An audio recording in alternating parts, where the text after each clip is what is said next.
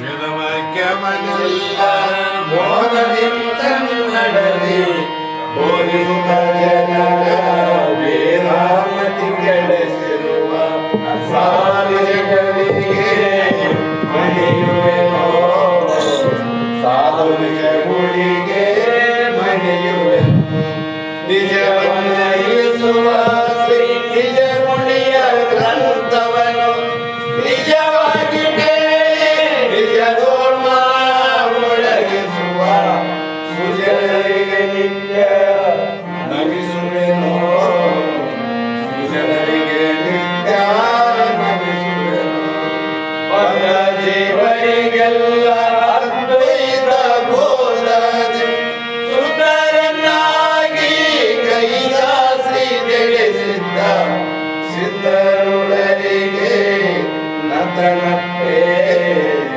ಸಿದ್ಧರುಳರಿಗೆ ನತನಟ್ಟೆ ಬಾಳ ಬಲ ವೇದಾಂತಕ್ಕೆ ಸರಿ ಬಾಳ ಗಂಚನೆ ಕೇಳುವ ತನಕ ಬಾಳ ಕೂತರಿಪ್ಪನೆ ಶಾಸ್ತ್ರವೆಂಬುವ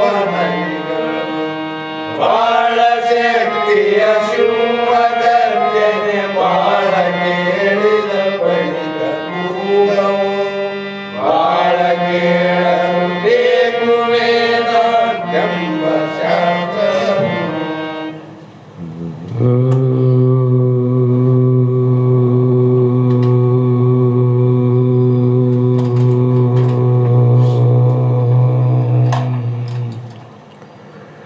ಚೈತನ್ಯಂ ಶಾಶ್ವತಂ ಶಾಂತಂ ವ್ಯೋಮಾತೀತಂ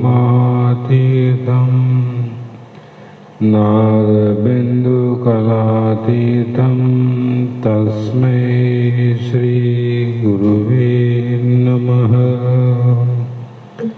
ತಸ್ಮೈ ಶ್ರೀ ಗುರುವೇ ನಮಃ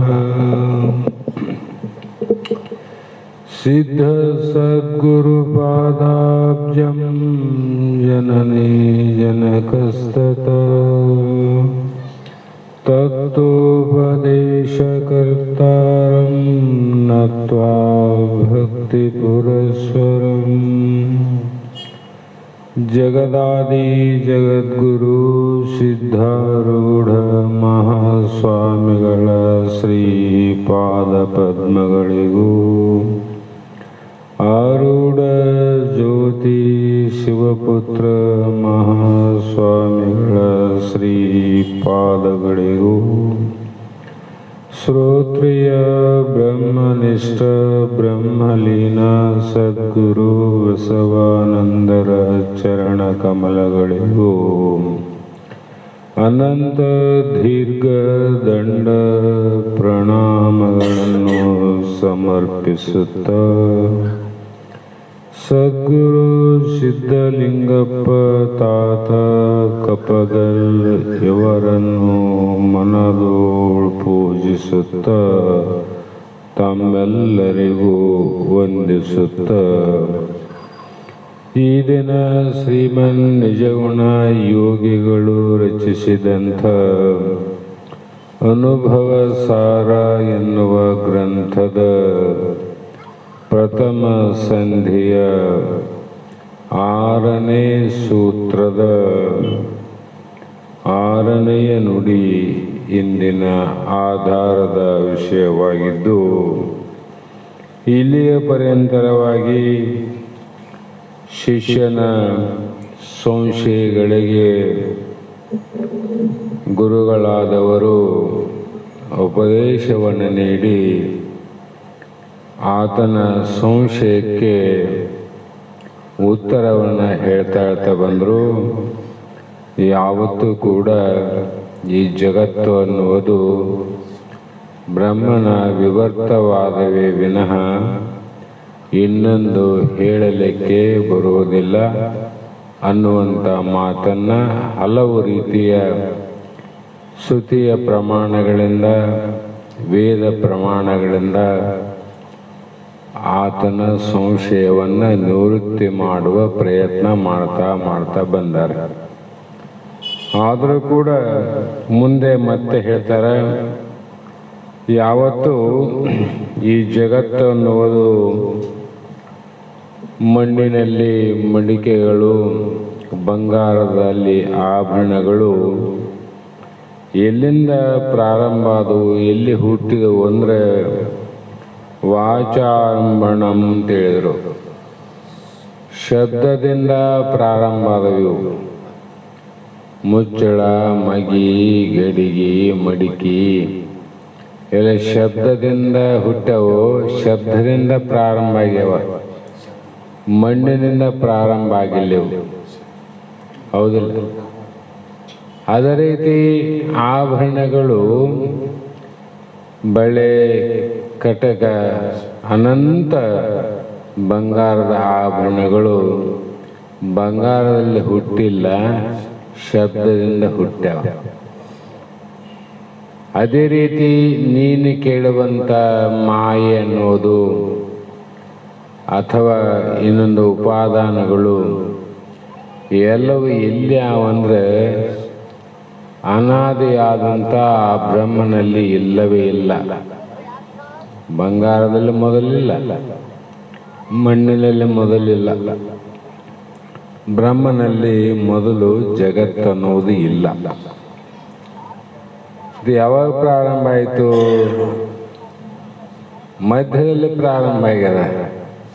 ಹಾಗಾಗಿ ಇಲ್ಲಿ ಏಕಂ ಏವಂ ಅದ್ವಿತೀಯ ಪರಬ್ರಹ್ಮ ಅನ್ನುವ ಒಂದೇ ವಿನಃ ಅದನ್ನು ಬಿಟ್ಟು ಮತ್ತೊಂದು ಇಲ್ಲಿ ಇಲ್ಲ. ಅದಕ್ಕಾಗಿ ನೀನು ಹೇಳಿದಂತೆ ಎಂದೊಡೆ ಎರಡಿಲ್ಲ. ನೀನು ಹೇಳಿದಂಗ ಮಾಯೆ ಬೇರೆ, ಬ್ರಹ್ಮ ಬೇರೆ, ಬ್ರಹ್ಮ ಬೇರೆ, ಜೀವ ಬೇರೆ, ಜೀವ ಬೇರೆ, ಜಗತ್ತು ಬೇರೆ, ಇವು ಇಲ್ಲವೇ ಇಲ್ಲ. ಚಿತ್ತು ಒಂದೇ ಅದು. ಯಾವುದು? ಆ ನಿನ್ನ ಸ್ವರೂಪ ಏನದ ಅದು ಒಂದೇ. ಅದು ಒಂದೇ ಅಂದಾಗ ಅದರಲ್ಲಿ ಇನ್ನೊಂದಿಲ್ಲ ಅಂತ ಅರ್ಥ. ಅದು ಹೇಗಿದೆ ಅಂದರೆ ನಿರ್ವಿಕೃತಿಯಿಂದ ಇರ್ಪದಾಗಿ.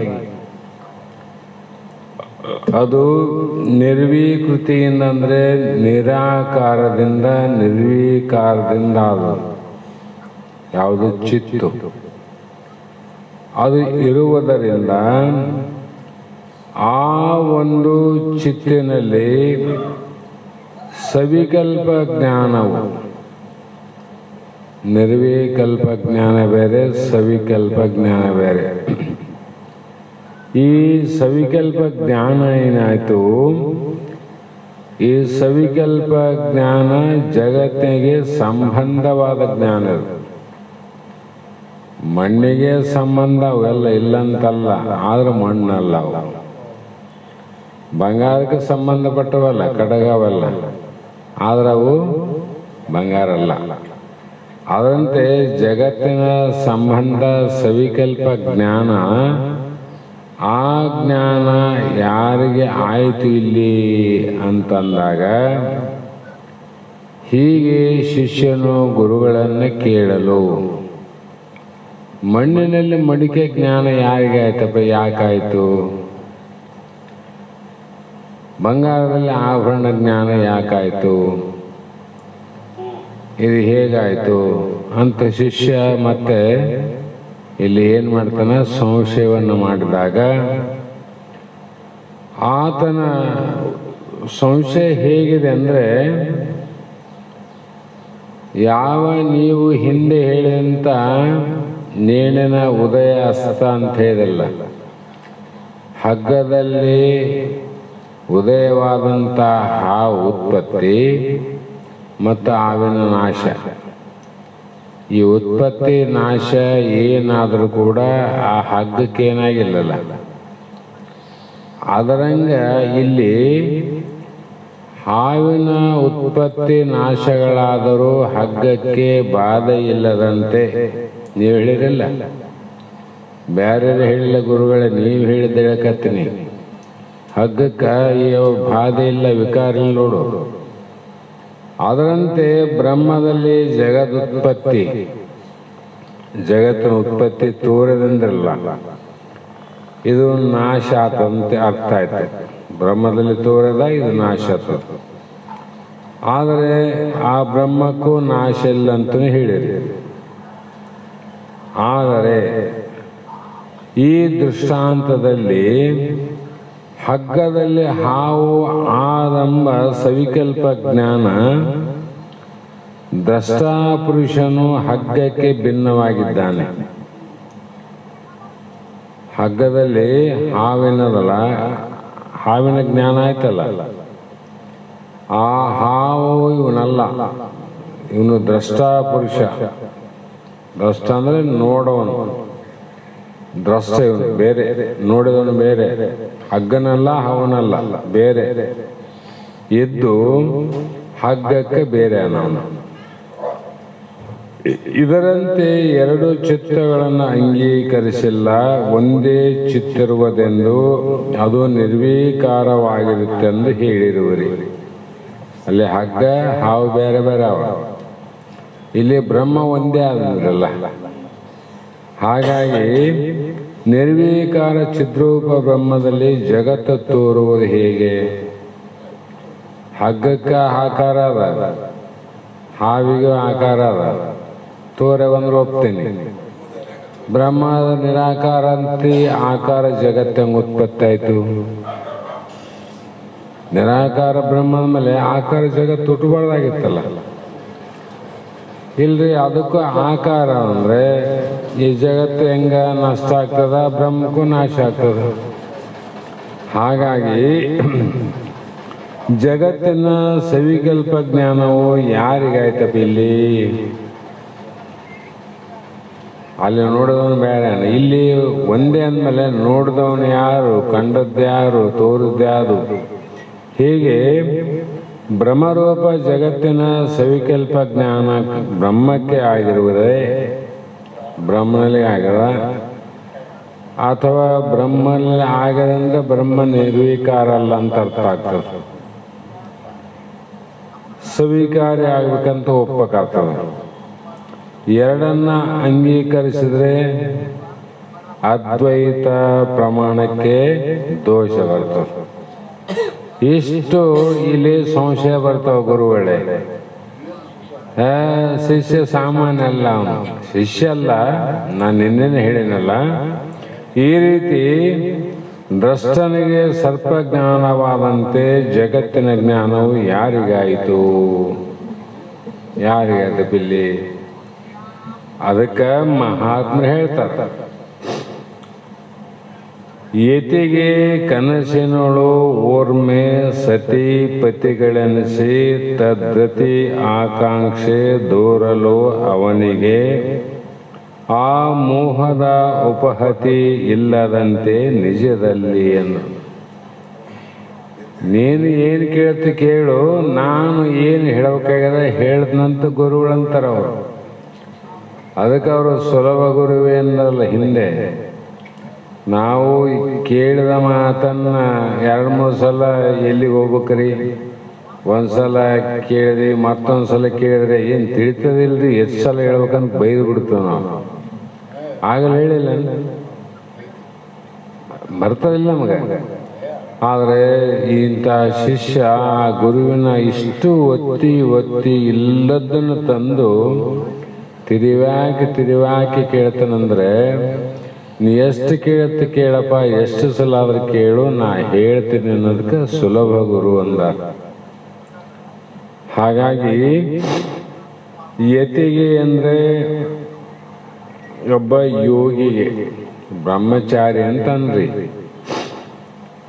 ಆತಗ ಕನಸಿನೋಳು ಸ್ವಪ್ನದಲ್ಲಿ ಒಂದು ಕಾಲಕ್ಕೆ ಸತಿಪತಿಗಳನ್ನಿಸಿ ಗಂಡ ಹೆಂಡರೆಂದು ಹೇಳಿಸಿಕೊಂಡು ಒಬ್ಬರಲ್ಲಿ ಒಬ್ಬರ ಪ್ರೇಮ ಇಚ್ಛೆ ತೋರಿದಂಗಾಗಿ ಆ ಯತಿಗೆ ಮೋಹದ ಹೊಡೆತವು ಬಹಳ ಆಗದಲ್ಲಿ ಸ್ವಪ್ನದಲ್ಲಿ. ಆದರೆ ಅದೇ ಯತಿಗೆ ಜಾಗ್ರದಲ್ಲಿ ಇಲ್ಲದ ಹಾಗೆ ಆದೇನು? ಒಬ್ಬ ಯತಿ ಆತ ಹೊರಟಿದ್ದ. ಆತ ಯಾಕೆ ಹೋದಂದ್ರೆ ಒಬ್ಬ ಪುರುಷ ಇದ್ದ, ಆತನಿಗೆ ಒಬ್ಬ ಮಗ ಇದ್ದ. ಆತನಿಗೆ ಸುಮಾರು ಎಲ್ಲ ತನ್ನ ಕೈಲಾದ ಮಟ್ಟಿಗೆ ಎಲ್ಲ ಸಂಸ್ಕಾರಗಳನ್ನು, ವಿದ್ಯಾ ಬುದ್ಧಿಗಳನ್ನು ಎಲ್ಲವನ್ನು ಹೇಳಿಕೊಟ್ಟ. 20 ವರ್ಷ ಬೆಳವಣಿಗೆ ಆಗಿತ್ತು. ಆ ಸಮಯದಲ್ಲಿ ಆ ವ್ಯಕ್ತಿ ಏನು ಮಾಡಿದಂದ್ರೆ, ಅವನ ಹೆಸರು ಸೋಮಶರ್ಮ ಅಂತ ಬರೀತಾರೆ ದೃಷ್ಟಾಂತದಲ್ಲಿ. ತಂದೆನ ಕೇಳಿದ, ಅಪ್ಪ ನಾನು ಯಾತ್ರೆಗೆ ಹೋಗಿ ತೀರ್ಥಯಾತ್ರೆಯನ್ನು ಮಾಡಿ ಬರಬೇಕಂತ ಇಚ್ಛೆ ಆಗ್ಯದ. ನೀನು ಅಪ್ಪಣೆ ಕೊಟ್ಟರೆ ನಾನು ತೀರ್ಥಯಾತ್ರೆಗೆ ಹೋಗಿ ಬರುತ್ತೇನೆ ಅಂತ ಹೇಳಿದೆ. ಆಗ್ಲಪ್ಪ ಹೋಗಿ ಬಾ ಅಂತ ತಂದೆ ಆ ಸೋಮಶರ್ಮನಿಗೆ ಅಪ್ಪಣೆಯನ್ನು ಕೊಟ್ಟ. ಆವಾಗ ಆತ ಪ್ರಯಾಣವನ್ನು ಬೆಳೆಸಿದ. ಕಾಶಿ ಕಡೆ ತೀರ್ಥ ಕ್ಷೇತ್ರಗಳ ದರ್ಶನ ಮಾಡ್ಬೇಕಂತ ಹೊರಟ. ಒಂದು ದಿನ ಒಂದೊಂದು ಊರಲ್ಲಿ ವ್ಯವಸ್ಥೆ ಮಾಡಿ ಮಾಡಿ ಮಾಡಿ ಮಾಡಿ ಹೋಗ್ತಿದ್ದ. ಹೀಗೆ 8-10 ದಿನ ಪ್ರವಾಸ ಮಾಡೋಳಗಾಗಿ ಒಂದು ದಿನ ಮತ್ತೆ ಆ ಯಾವ ಊರಲ್ಲಿ ತಂಗಿದ್ದ ಅದೇ ಊರಲ್ಲಿ ಬೆಳಿಗ್ಗೆ ಮುಂದೆ ಪ್ರಯಾಣ ಮಾಡಬೇಕು ಅನ್ನುವಷ್ಟರೊಳಗಾಗಿ ಅಲ್ಲೊಂದು ಜನರ ದೊಡ್ಡ ಗುಂಪೇ ಕಾಣ್ತದೆ. ಅದನ್ನು ಎಂದೂ ಇವನು ನೋಡೇ ಇಲ್ಲ. ಆವಾಗ ಅಲ್ಲಿ ಒಬ್ಬ ವ್ಯಕ್ತಿನ ಕೇಳಿದ, ಏನು ಇಷ್ಟು ಜನ ಸಂಭ್ರಮದಿಂದ ಬಾಜಿ ಭಜಂತ್ರಿ, ಆಮೇಲೆ ಈ ಕಡೆ ಅಂಬಾರಿ ಪಲ್ಲಕ್ಕಿ ಮೆರವಣಿಗೆ ಇದೆಲ್ಲ ಏನು ಅಂತ ಒಬ್ಬ ವ್ಯಕ್ತಿನ ಕೇಳಿದ. ಆವಾಗ ಆ ವ್ಯಕ್ತಿ ಹೇಳಿದ, ಇಲ್ಲಿ ಇದು ಒಂದು ಮದುವೆಯ ಸಂಭ್ರಮ, ಲಗ್ನದ ಸಂಭ್ರಮ. ಹಾಗಾಗಿ ಅದರ ನಿಮಿತ್ತವಾಗಿ ವರನ ಮತ್ತು ವಧುವಿನ ಇವತ್ತು ಸಾಯಂಕಾಲ ಸಂಭ್ರಮದ ಕಾರ್ಯಕ್ರಮ ಅದ. ಆ ಕಾರ್ಯಕ್ರಮ ಆದ ನಂತರ ಬೆಳಿಗ್ಗೆ ಆ ಹುಡುಗಿಗೆ ಮತ್ತು ಹುಡುಗನಿಗೆ ಅನಂತ ರೀತಿಯ ವೈದ್ಯಕೀಯ ಧರ್ಮದಂತೆ ಆಕೆಯನ್ನು ಆ ವರನನ್ನು ಕೂಡಿಸಿ ಮದುವೆಯನ್ನು ಮಾಡಿ ಅರಿಶಿಣ ಕುಂಕುಮ ಎಲ್ಲ ಹೇಳಿದೆ, ಏನೇನು ಮಾಡಬೇಕೆಲ್ಲ ಅಂದಾಗ ಅಲ್ಲಿ ಆ ಪಲ್ಲಕ್ಕಿಯಲ್ಲಿ ಕೂತಾರಲ್ಲ ಅವ್ರು ಯಾರಂತ ಕೇಳಿದ. ಅದೇ ನೋಡು, ನಾಳೆ ವರನ ಕೈ ಹಿಡಿಯುವಂತ ಓದು ಅಂದ. ಆಕೆ ಮೊದಲಗಿತ್ತಿ.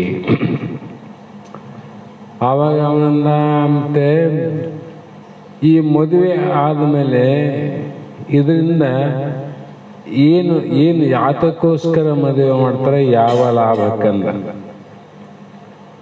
ಅವ್ರು ಹೇಳಿದ್ರು, ಇಷ್ಟೆಲ್ಲ ಆದಮೇಲೆ ನಂತರ ವಧುವರರ ಒಂದು ನಿಮಿತ್ತದಂತೆ ಕಾರಣವನ್ನಿಟ್ಟುಕೊಂಡು ಅವರು ಪರಸ್ಪರವಾಗಿ ಕೂಡಿಕೊಂಡು ವಿಷಯದ ಆನಂದವನ್ನು ಸವಿಯುವಂಥ ಸಂಭ್ರಮದ ಕಾಲ ಅಂತ ಸಂಕ್ಷಿಪ್ತವಾಗಿ ಹೇಳಿದ. ಆವಾಗ ಅವನಂದ, ಆನಂದವನ್ನು ಪಡೆಯುವಂಥದ್ದೇನಂದ. ಹೌದಂದ, ಆನಂದವನ್ನೇ ಪಡೆಯುವಂಥ ಒಂದು ಕಾರ್ಯ ಅದ. ಆವಾಗ ಅವನು ಅಲ್ಲಿ ತಿಳ್ಕೊಂಡ, ಮತ್ತೆ ಮುಂದೆ ಪ್ರಯಾಣ ಮಾಡಿದ. ತಲೆಯಲ್ಲಿ ಕೊರೆ ಕತ್ತು, ಇದು ಆನಂದದ ಕಾರ್ಯ ಅಂತ ಹೇಳಿದ್ರೆ ಇದರಲ್ಲಿ ಎಂಥ ಆನಂದ ಇರ್ಬೋದು.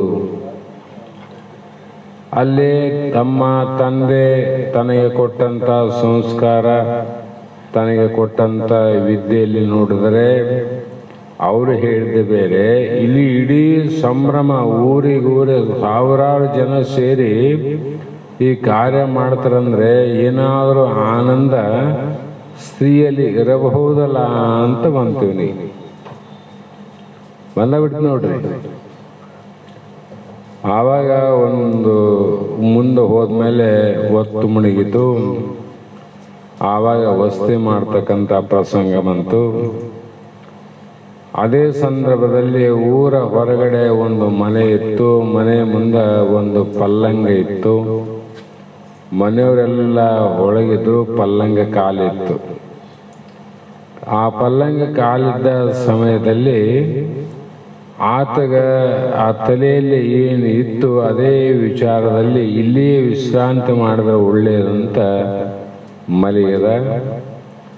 ಜಾಗೃತ ಕಲ್ಪನೆಗಳೇ ಸ್ವಪ್ನದಲ್ಲಿ ಬರ್ತಾವ. ಇಲ್ರಿ ಕೆಲವೊಂದು ನಾವು ಆ ಕಲ್ಪನೆ ಮಾಡಿಲ್ಲ, ಈಗ ಮಾಡಲಿಕ್ಕೆಲ್ಲ ಹಿಂದಿನ ಜನ್ಮದ್ದಾದ್ರೆ ಇರ್ತಾವ. ಹಿಂದಿನ ಜನ್ಮದ್ದಾದ್ರೆ ಇರ್ತಾವ. ಕಲ್ಪನೆಯಲ್ಲಿ ಹೆಂಗ್ ಬಿಡ್ತಾವ ಕನಸು. ಅದೇ ಕಲ್ಪನೆ ಇತ್ತಲ್ಲ. ಕಲ್ಪನೆ ಇದ್ದಾಗ ಆತನಿಗೆ ಅವ್ರು ಹೇಳಿದ್ದೆಲ್ಲ ನೆನಪು ಬಂತು. ಮದುವೆ ಆದಂಗಾಯ್ತು, ಅಕ್ಷತೆ ಹಾಕಿದಂಗಾಯ್ತು, ಮತ್ತೆ ಸತಿಪತಿಗಳು ಒಂದು ಕೂಡುವಂತ ಸಂದರ್ಭ ಬಂದಂಗಾಯ್ತು. ಆವಾಗ ಮಲಗಿದಂಗಾಯ್ತು. ಆಗಿ ಆ ಹೆಂಡತಿ ಬಂದು ಮಲಗಿದಂಗಾಯ್ತು. ಸ್ವಲ್ಪ ಜಾಗ ಕಡಿಮೆ ಆದಂತ ಹಿಂಗ ಒಳ್ಳಿದ ಅಷ್ಟೊಳಗೆ ದಪ್ಪ ಅಂತ ಕೆಳಗೆ ಬಿದ್ದ. ಆಕೆ ಹೆಂಡತಿ ಮಲಗಲಂತ. ಆ ಬಿದ್ದ ಶಬ್ದಕ್ಕೆ ಎಲ್ಲರೂ ಎದ್ದು ನೋಡ್ತಾರ. ಏನು ಬಿತ್ತು ಬಿತ್ತು ಅಂತ ಬಂದು ನೋಡ್ತಾರ. ಇವನು ಬಿದ್ದಾನ. ಅಲ್ಲಿ ಯಾರಿಲ್ಲ, ಒಬ್ಬನೇ. ಇಲ್ಲೇನು ಬರದ ಇತಿಗೆ ಕನಿಷ್ಠನೋಳು ಓರ್ವ ಸತಿಪತಿ ಅಂತ ಬರ್ತಲ್ಲ. ಆ ಸತಿನ ಸ್ವಪ್ನದೇ ಹಿಂಗಾದಾಗ ಏನಂತ ಕೇಳಿದ್ರು. ಆವಾಗ ಇವನು ಕೂಡ ವಿದ್ವಾನ್ ಇದ್ದ, ಸಂಸ್ಕಾರವಂತನಿದ್ದ. ಆವಾಗ ಹೇಳಿದ, ಇಲ್ಲ ನನಗೆ ನಿನ್ನೆ ಮೊನ್ನೆ ನಡೆದ ಘಟನೆಗಳಿಂದ ಈ ಥರ ಅನಿಸಿತ್ತು. ಒಂದು ಸುಖ ಆನಂದ ಆದಂತ ಕಲ್ಪನೆ ಬಂತು. ಈ ಥರ ಸ್ವಪ್ನ ಬಿದ್ದು ಸ್ವಪ್ನದಿಂದ ಜಾರಿ ಕೆಳಗೆ ಬಿದ್ದೆ ಅಂದ. ಈಗ ಮುಂದೇನಂದ್ರೆ ಅವರು, ಅಲ್ಲೋ ಮರೆಯ, ಸ್ವಪ್ನದಲ್ಲಿ ಇದ್ದಂಥ ಸತಿಯೇ ನನಗೆ ಕೆಳಗೆ ಕೆಡಿವಳ. ಇನ್ನು ಲಗ್ನ ಆಗಿಲ್ಲ, ಬರೀ ಕನಸಿನಲ್ಲಿ ಹೆಂಡತಿನೇ ನನ್ನ ಮಂಚದಿಂದ ಕೆಳಗೆ ಕೆಡಿವಳಂದ್ರೆ ನಿಜದ ಹೆಂಡತಿ ಕೈ ಹಿಡಿದ್ರೆ ನಾನಿಲ್ಲಿ ಭವಸಾಗರದಲ್ಲಿ ಮುಳುಗುತ್ತೀನಿ ಅಂತ ಮತ್ತೆ ಎಚ್ಚರವಾಗಿ ತನ್ನ ಮೂಲ ದಾರಿ ಏನಿತ್ತು, ಯಾವ ತೀರ್ಥಕ್ಷೇತ್ರಕ್ಕೆ ಹೋಗಬೇಕಾಗಿತ್ತು, ಮನೆ ಬಿಡುವಾಗ ಯಾವ ಭಾವ ಇತ್ತು, ಅದೇ ಭಾವದಿಂದ ಮತ್ತೆ ಪ್ರಯಾಣ ಮಾಡ್ತಾ ಇದ್ದ. ಅದು ಸತ್ಯ ಅದೇನು ಅಂದ್ರೆ ಸುಳ್ಳ ನೋಡ್ರಿ. ಸುಳ್ಳಾಯ್ತಿಲ್ಲ. ಅದರಂತೆ ಇಲ್ಲಿ ಕೂಡ ಇದು ಯಾರಿಗಾಯ್ತು ಅಂತ ಹೇಳಿದ್ರೆ, ಯಾರಿಗೆ ಆದರೂ ಕೂಡ ಅದು ಸ್ವಪ್ನದಲ್ಲಿ ತೋರಿದಂಥ ಕನಸುಗಳು ಹೇಗೆ ಜಾಗೃತದಲ್ಲಿ ಸುಳ್ಳು, ಅಜ್ಞಾನ ಕಾಲದಲ್ಲಿ ಬ್ರಹ್ಮದಲ್ಲಿ ತೋರಿದಂಥ ಈ ಜಗತ್ತಾದರೂ ಕೂಡ ಜ್ಞಾನ ಕಾಲದಲ್ಲಿ ಸುಳ್ಳಾದಂತ. ನೀನು ಯಾವ ರೀತಿ ಕೇಳಿದ್ರು ಅದು ಸುಳ್ಳೇ ಆದ.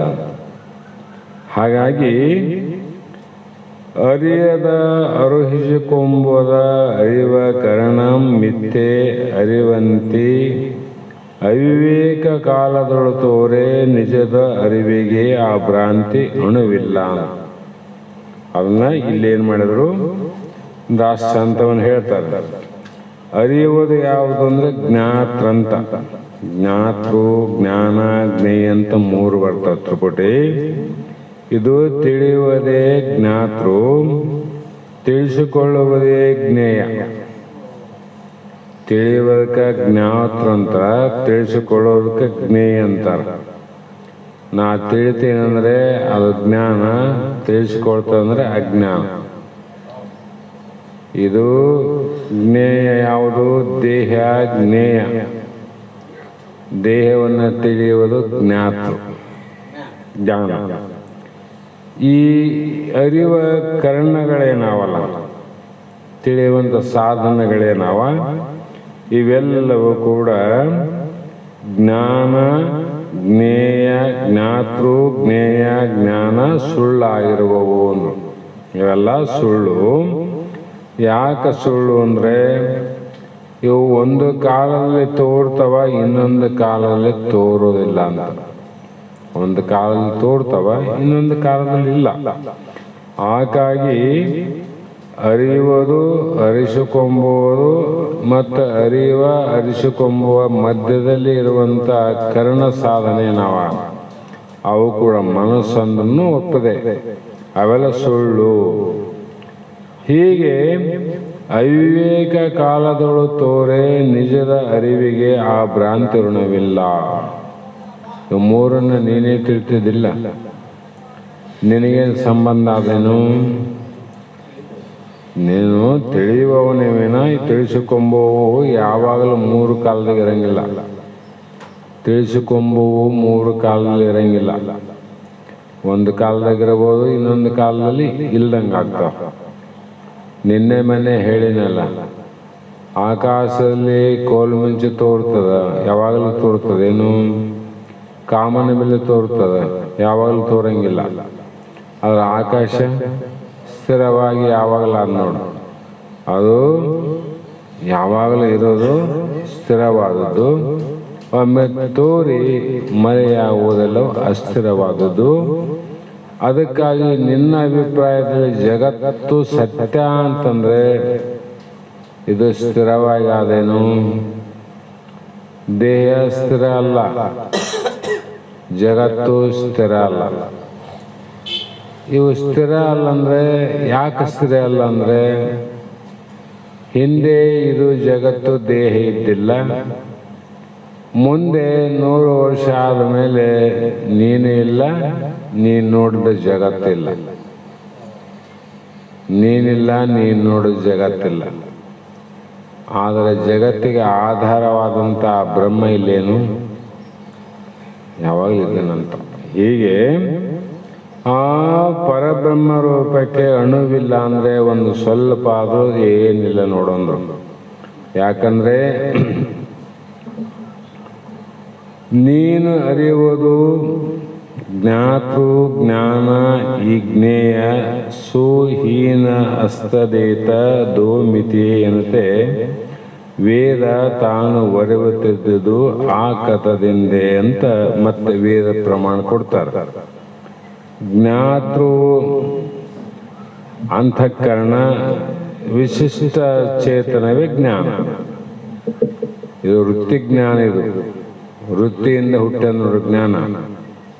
ಈಗ ನಮಗಾದ್ರೆ ಈಗ ಹುಟ್ಟೋ ಜ್ಞಾನ ಯಾವುದು? ಶಾಸ್ತ್ರ ಕೇಳಿ ಈ ವೃತ್ತಿಯಿಂದ ಹುಟ್ಟಿದ ಜ್ಞಾನ. ಈ ಜ್ಞಾನವನ್ನು ತಿಳಿಯುವಂಥ ಜ್ಞಾನ ಮೊದಲಿಲ್ಲೇನು? ಅದು ನಿನ್ನ ಸ್ವರೂಪ ಜ್ಞಾನ. ಇದು ಹುಟ್ಟಿದ ಜ್ಞಾನ. ಈ ಜ್ಞಾನ ಏನು ಮಾಡ್ತದಂದ್ರೆ ಮೋಕ್ಷಕ್ಕೆ ಕಾರಣವಾದದ್ದು ಇದೇ ಜ್ಞಾನ. ಹುಟ್ಟಿದ ಅಜ್ಞಾನಕ್ಕೆ ಹುಟ್ಟಿದ ಜ್ಞಾನನೇ ಬೇಕು. ಮೊನ್ನೆನೇ ಹೇಳಿನಲ್ಲ, ಸಾಮಾನ್ಯ ವಿಶೇಷ ಅಂತ. ಸಾಮಾನ್ಯ ಶಕ್ತಿ, ವಿಶೇಷ ಶಕ್ತಿ.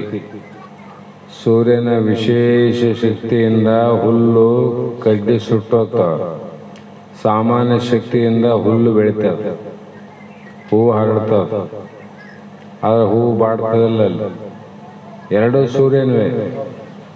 ಮತ್ತು ಎರಡು ಕಾರ್ಯ ಹೆಂಗೆ ಮಾಡ್ತವ? ಅದೆಲ್ಲ ಸಾಮಾನ್ಯ ಶಕ್ತಿ ಆದ, ವಿಶೇಷ ಶಕ್ತಿ ಆದ. ನಮ್ಮಲ್ಲಿ ಇರುವಂಥ ಜ್ಞಾನ ಸಾಮಾನ್ಯ ಜ್ಞಾನ, ಯಥಾರ್ಥ ಜ್ಞಾನ. ಅದರಿಂದ ಅಜ್ಞಾನ ಸೋಂಗಿಲ್ಲ. ಅದು ಗುರುಮುಖದಿಂದ ಹುಟ್ಟಿದ ಜ್ಞಾನ ಅದಲ್ಲ.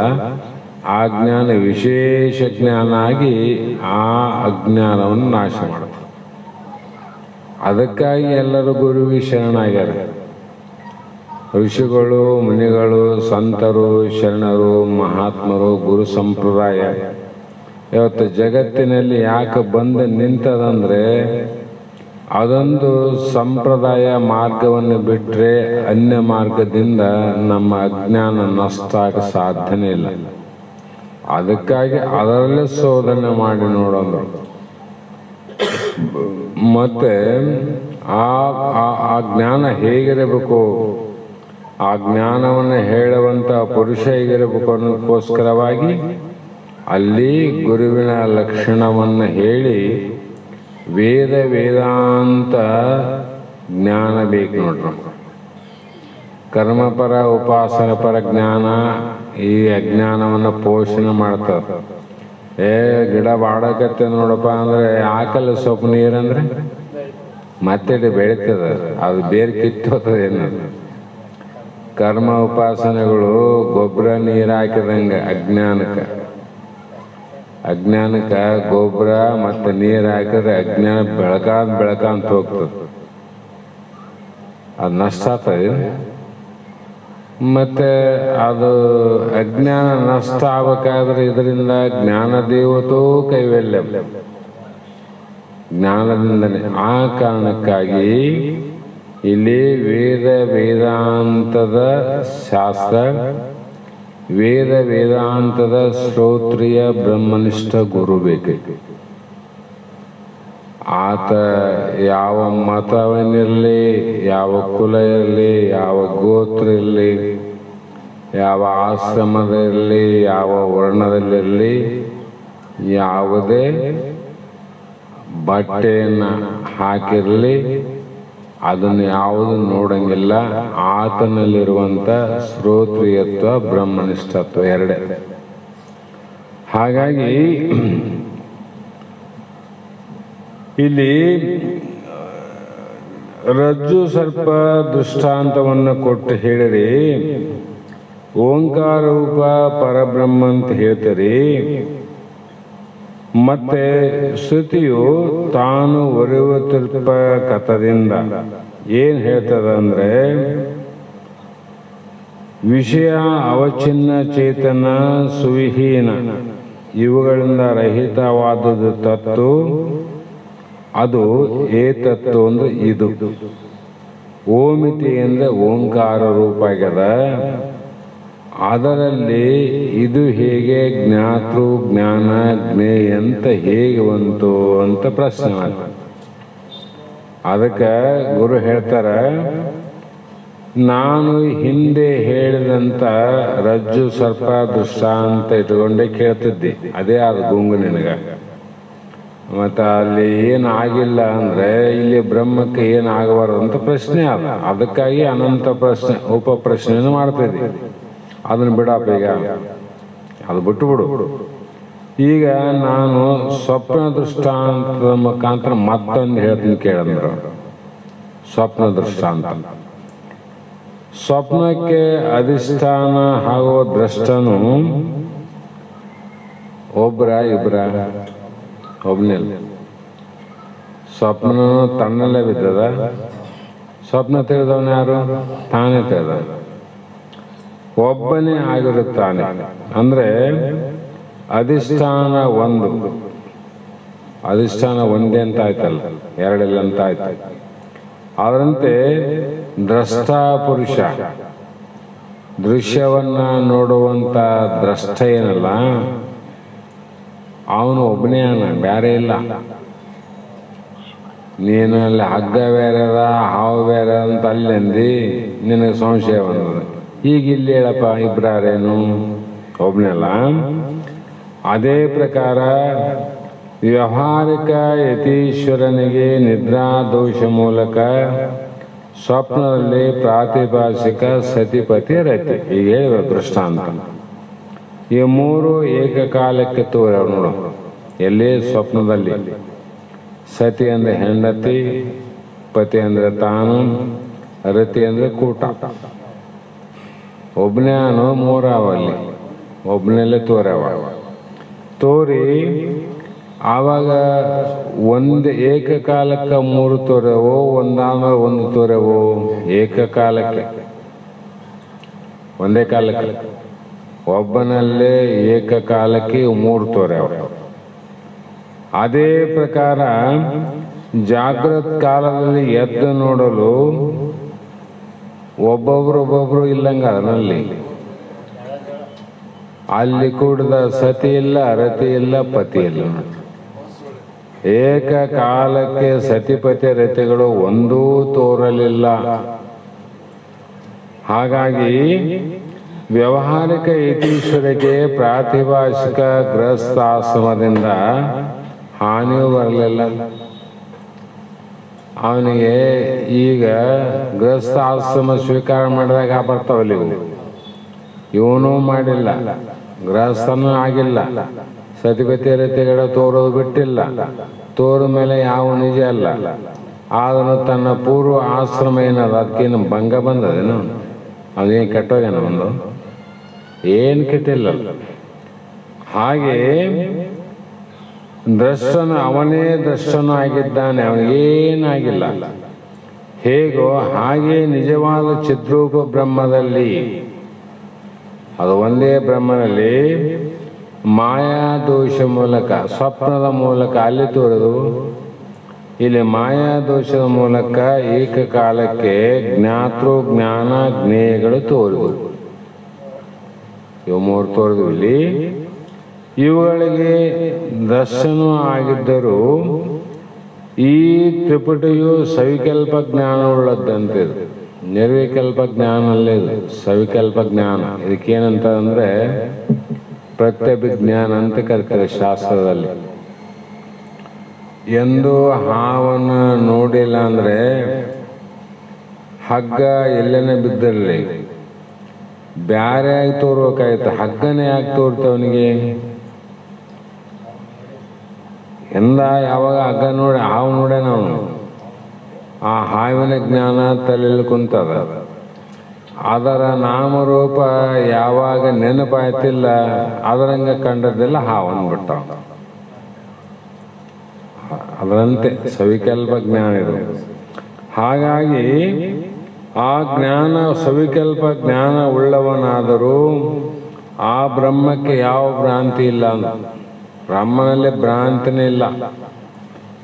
ಅಂದರೆ ಪಾರಮಾರ್ಥಿಕ ಬ್ರಹ್ಮದಲ್ಲಿ ಪ್ರಾತಿಭಾಷಿಕ ತ್ರಿಪುಟಿಯು ಏಕಕಾಲದಲ್ಲಿ ತೋರಿದರೂ ಅಡಗಿದರೂ ಅದರ ಸಂಬಂಧ ಜ್ಞಾನವಾದರೂ ಚಿದ್ರೂಪ ಬ್ರಹ್ಮಕ್ಕೆ ಯಾವ ಭ್ರಾಂತಿ ಇಲ್ಲ. ಅವನಿಗೆ ಯತಿಗೆ ಆಗಿರಲ್ಲ. ಗೃಹಸ್ಥಾಶ್ರಮ ದರ್ಶನಂಗಾಯ್ತು, ಲಗ್ನ ಆದಂಗಾಯ್ತು, ಮದುವೆ ಆದಂಗಾಯ್ತು, ಹೆಂಡತಿ ಕುಡ್ದಂಗಾಯ್ತು, ಹೆಂಡತಿ ಸುಖ ಅನುಭವಿಸಿದಂಗಾಯ್ತು. ಆಗಿರಲಿಲ್ಲ ಅವನಿಗೆ ಅಂತ ಖರೆ. ಅವನಲ್ಲಿ ಏನು ಒಂದಿಲ್ಲ, ನಡೆದ ಘಟನೆಗೆ ಒಂದಿಲ್ಲ, ಅವನಿಗೆ ಸಂಬಂಧ ಇಲ್ಲ ಅಂತ. ಆಮೇಲೆ ಅವನಿಗೇನು ಕೆಟ್ಟನೂ ಹೋಗಿಲ್ಲ, ದೋಷನೂ ಬಂದಿಲ್ಲ ಅಂತ. ಹೀಗಾಗಿ ಇಲ್ಲಿ ಅನಂತ ಪ್ರಶ್ನೆಗಳನ್ನು ಮಾಡಿದಾಗ ಮಹಾತ್ಮ ಹೇಳ್ತಾರ, ನೀನು ಎಂದೊಡೆ ಈ ಪುಷಿಯ ರೂಪಿಂದಾದ ಜಗ ಯಾವುದಿಂದಾಗ್ಯದ? ಸುಳ್ಳಿನಿಂದ ಆದದ್ದು ಜಗತ್. ಸುಳ್ಳಿನಿಂದ ಆದ ವಸ್ತು ಸುಳ್ಳಿರ್ತದೋ ಸತ್ಯ ಇರ್ತದೋ? ಸುಳ್ಳೆ ಆಗ್ಬೇಕಲ್ಲ.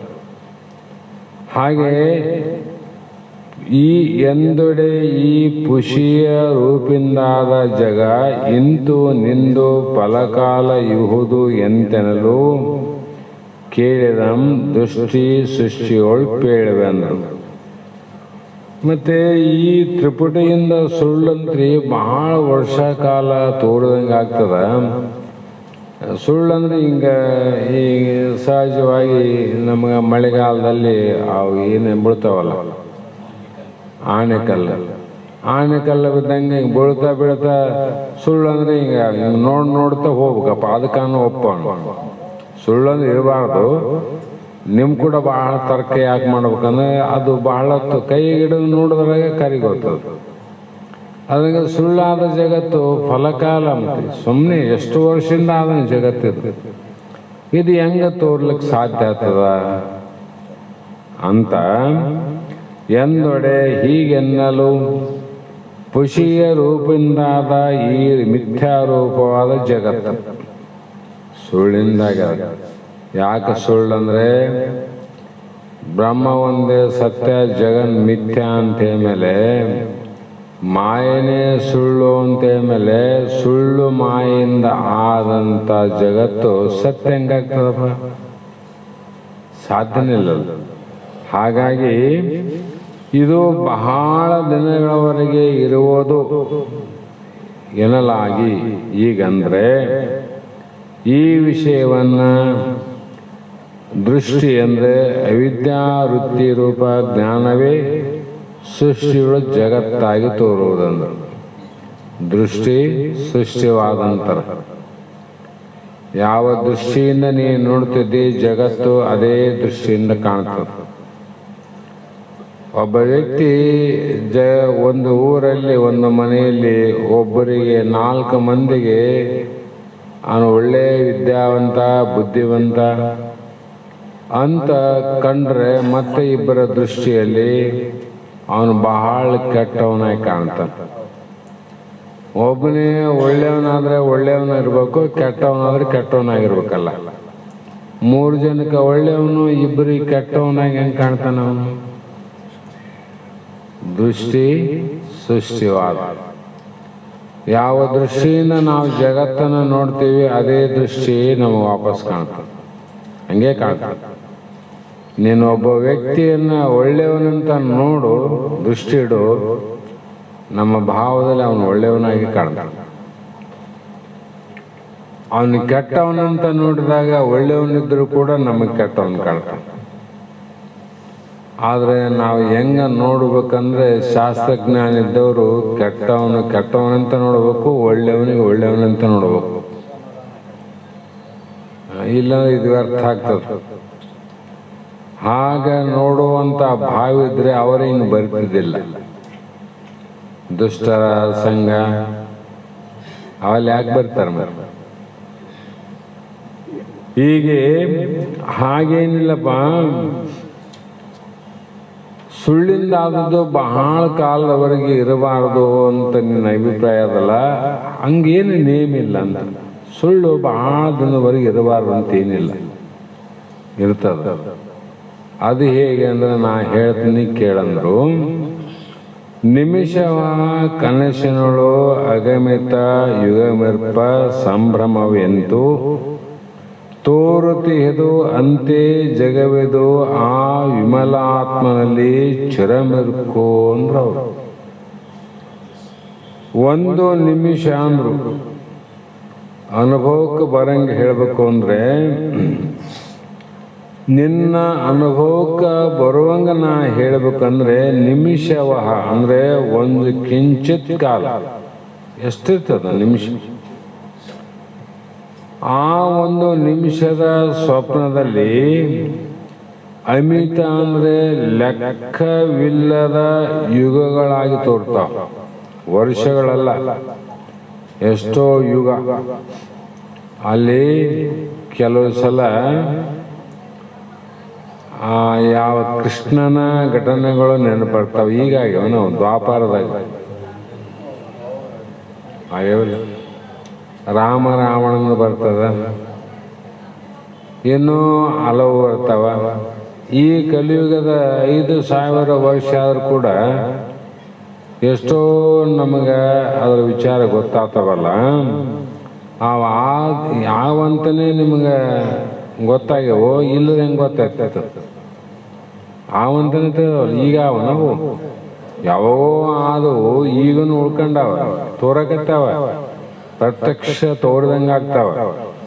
ಅದೇ ರೀತಿ ಹೇಗೆ ತೋರುತ್ತಿಹದೋ ಹಾಗೆ ಆ ವಿಮಲಾತ್ಮನಲ್ಲಿ ಈಗ ನೀನೇನು ಕೇಳಕೊಂಡಿದ್ದಿ ಆ ಪರಬ್ರಹ್ಮನಲ್ಲಿ, ಪರಮಾತ್ಮನಲ್ಲಿ ಜಗತ್ತು ಚಿರಮರುಕು ಬಹಳ ದಿನವರೆಗೆ ಇರುವುದೇನು ದೊಡ್ಡಾಗೋದಂದ್ರು.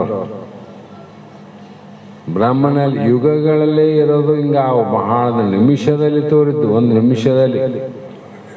ಮತ್ತೆ ಆ ಬ್ರಹ್ಮನಲ್ಲಿ ಇರೋದೇನು? ಅದಕ್ಕೆ ಬಾಲಕ ದೃಷ್ಟಿ ಸೃಷ್ಟಿ ಮೂಲಕ ಹೇಳುತ್ತೇನೆ ಕೇಳು.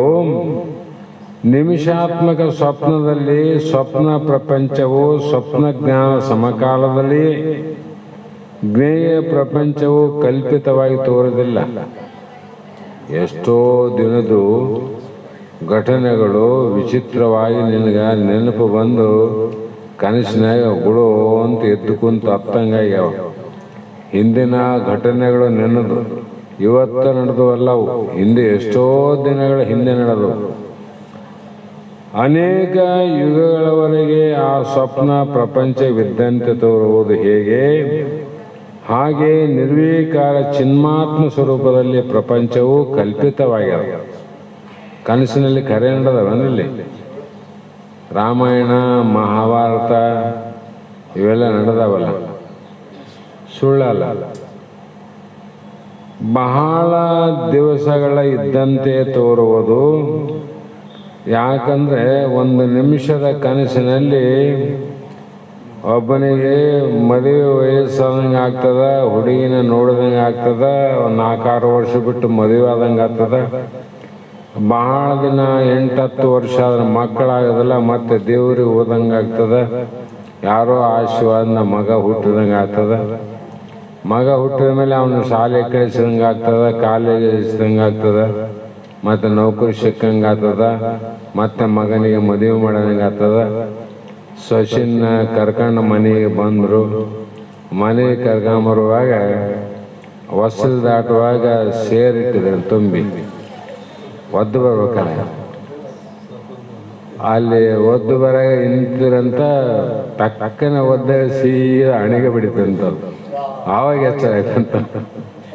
ಯಾರಿಲ್ಲ, ಸೊಸೆ ಇಲ್ಲ, ಹಳೆ ಇಲ್ಲ, ಕಳ್ಸಕ್ಕೆ ಬಂದರೂ ಯಾರಿಲ್ಲ. ಸ್ವಲ್ಪ ಇಷ್ಟು ಒಂದು ಹುಡುಗ ಹುಟ್ಟಿ ಇಷ್ಟ ಆಗ್ಬೇಕಾದ್ರೆ ಎಷ್ಟು ವರ್ಷ ಬೇಕು? 1 ನಿಮಿಷ ಕನಸಿನಾಗ ಆಗ್ಯಾವಿಲ್ಲ. ಆಮೇಲೆ ಬ್ರಹ್ಮನಲ್ಲಿ ತೂರದ್ದು ಏನು ದೊಡ್ಡಾಗೋದು ಅಂದ್ರೆ ಅವರು ಏನಾಗದ ಅದು ಸರ್ವಜ್ಞತ್ವದ ಅಲ್ಪಜ್ಞ ಜೀವನಲ್ಲೇ ಇಷ್ಟ ಆದಂದ್ರೆ ಸರ್ವಜ್ಞನಲ್ಲಿ ಎಷ್ಟು ಸಾಮರ್ಥ್ಯ ಇರ್ತದ. ಹಾಗೆ ತೂರಿದ್ರು ಕೂಡ ಅದು ವಿಪರೀತ ಜ್ಞಾನ ವಿನಃ ಅದರಿಂದ ಅದೆಂಗ ಲಗ್ನ ಗಿಗ್ನ ಎಲ್ಲ ಸುಳ್ಳಂಗ, ಇದೆಲ್ಲ ತೋರಿದ್ದೆಲ್ಲ ಸುಳ್ಳು ನೋಡೋ. ಹಾಗೆ ಈ ರೀತಿಯಾಗಿ ದೃಷ್ಟಿ ಸೃಷ್ಟಿಯ ರೂಪದಿಂದ ನೀನು ನೋಡಿದರೆ ಇದನ್ನು ಬ್ರಹ್ಮಕ್ಕೆ ಅನಿತ್ಯ ದೋಷ ಬರುವುದು. ಆ ಕಾರಣ ಚೈತನ್ಯ ರೂಪವೇ ದೃಷ್ಟಿ ಎಂದು ಹೇಳಿದರೆ ಸೃಷ್ಟಿ ಸರ್ವತಾ ಇರಬೇಕಾಗ್ತದೆ. ದೃಷ್ಟಿಯಿಂದ ಆಗ್ಯದಂದ್ರೆ ಯಾವಾಗಲೂ ಇರಬೇಕಾಗ್ತದೆ. ಸೃಷ್ಟಿಯಿಂದ ಆಗ್ಯದಂದ್ರೆ ಬ್ರಹ್ಮ ಮಾಡಿ ಅನ್ಬೇಕಾಗ್ತದೆ. ಅದಕ್ಕೆ ಈ ವಾದಗಳನ್ನು ಚೈತನ್ಯ ದೃಷ್ಟಿ ನಿತ್ಯವಾದ್ದರಿಂದ ಪ್ರತೀತಿ ಕಾಲದಲ್ಲಿ ಸೃಷ್ಟಿ ಎಂಬುದು ಬಾಧಿಸುತ್ತದೆ ಎಂದು. ಇದೇನಾಗ್ತದೆ?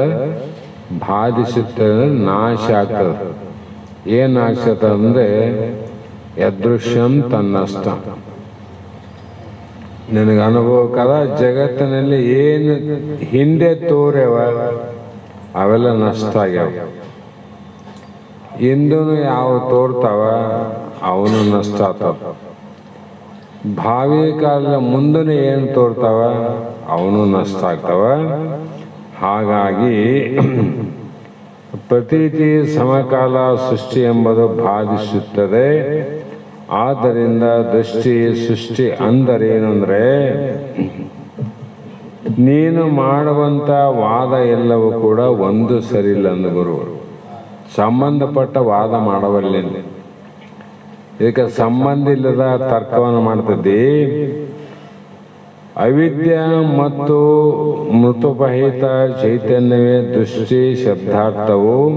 ಹೇಗೆಂದರೆ ರಜ್ಜು ಸರ್ಪಾದಿ ಸ್ಥಳಗಳಲ್ಲಿ ಸಾಕ್ಷಿ ಚೈತನ್ಯ ಆಶ್ರಿತವಾದ ಅವಿದ್ಯೆಯ ಸತ್ವ ಭಾಗವೇ ಜ್ಞಾನಾಕಾರವಾಗಿಯೂ ಅದೇ ತಮೋ ಭಾಗವಾಗಿ ಸರ್ಪಾಕಾರವಾಗಿಯೂ ಅವೆರಡು ಅವಿದ್ಯಾ ವೃತ್ತಿಗಳೇ. ನೀನು ಏನಾಯಿತು?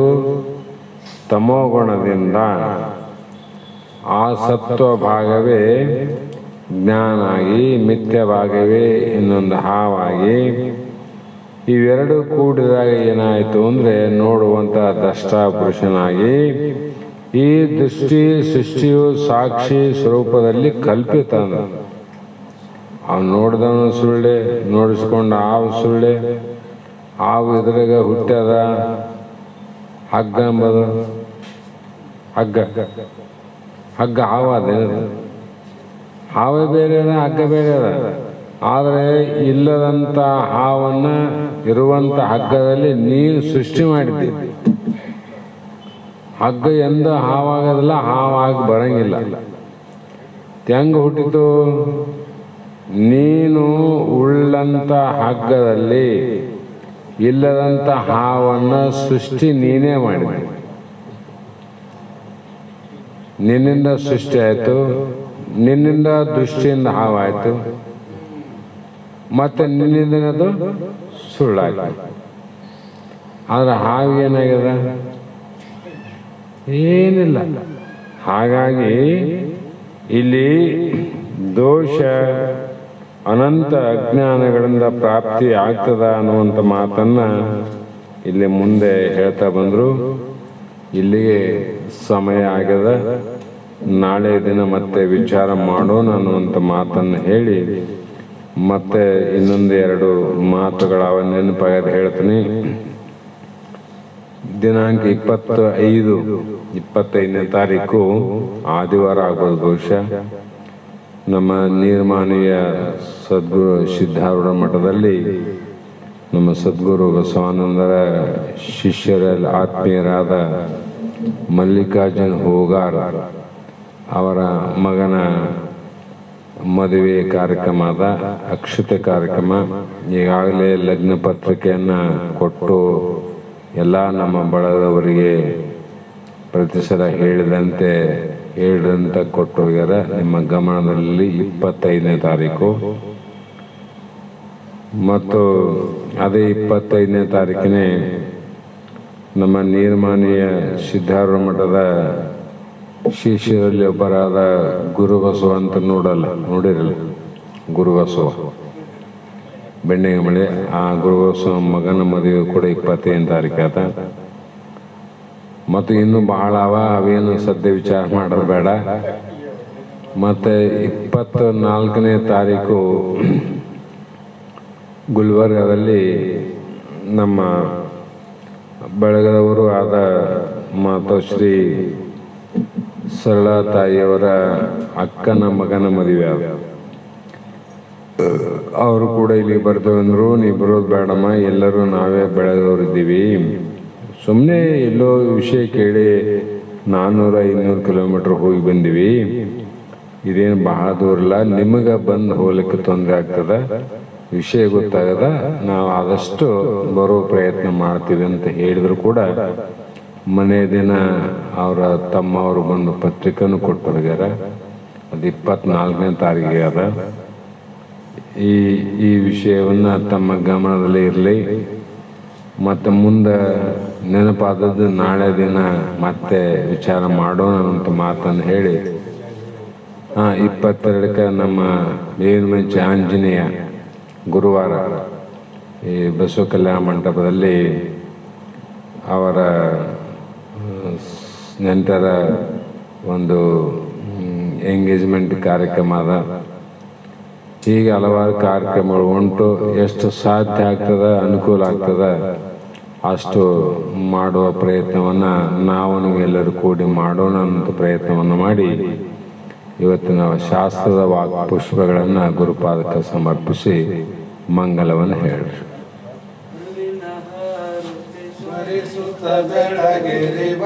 ಗುರುರಾಜನಿಗೆ ಧರಣಿಯ ಜನರ ಗುರು ಶಿವ ಪುತ್ರನಿಗೆ ನಿತ್ಯ ನಿರಂಜನ ನಿರುಪಮನಾದ ಅದ್ವೈತಾಚಾರ್ಯನಿಗೆ ಸದ್ವತ್ವಂ ಸಾದ್ವಿಕೀಲೆ ತಿಳುಪಿದ ಸತ್ಯಾನಂದನಿಗೆ ಗರಗದ ಶ್ರೀ ಗುರು ಮಡಿವಾಳೇಶನ ವರದಿಂ ಜನಿಸಿದಗೆ ಪರಮ ಸದ್ಗುರು ಶ್ರೀ ಸಿದ್ಧಾರೂಢರ ಕರುಣೆಯ ಕಂದನಿಗೆ ವರ ನಿಜ ಗುಣ ವಿರಚಿತ ಷಟ್ಶಾಸ್ತ್ರ ಗುರುತನು ತಿಳುಪಿದಗೆ ಮೆರೆಯುವ ಒಬ್ಬಳ್ಳಿ ಶಾಂತಾಶ್ರಮದು ಅರುಷದಿ ವಾಸಿಪಗೆ ಅರವಿನ ಆರತಿ ಸ್ಮರಿಸುತ್ತ ಬೆಳಗ್ಗೆ ವರ ಗುರುರಾಜನಿಗೆ ಧರಣಿಯ ಜನರ ತಾಪವರಿಸಿದ ಗುರು ಶಿವ ಪುತ್ರನಿಗೆ हरवों चैतन्यं शास्त्रं शान्तं व्योमातीतं निरञ्जनं आदित्य तस्मै श्री गुरवे नमः। श्रीमज्जगद्गुरु